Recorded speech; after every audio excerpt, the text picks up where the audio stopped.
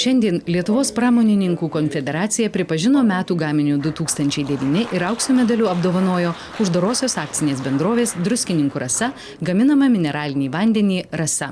Šio konkurso vertinimui pateikiami išskirtinai geriausi įmonių sukurti gaminiai.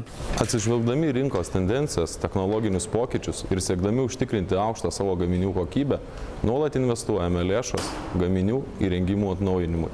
Diegiame moderniausias technologijas. Uždaroji akcinė bendrovė Druskininkų Rasa šiuo metu yra viena didžiausių ir moderniausių vandens gamintojų Lietuvoje.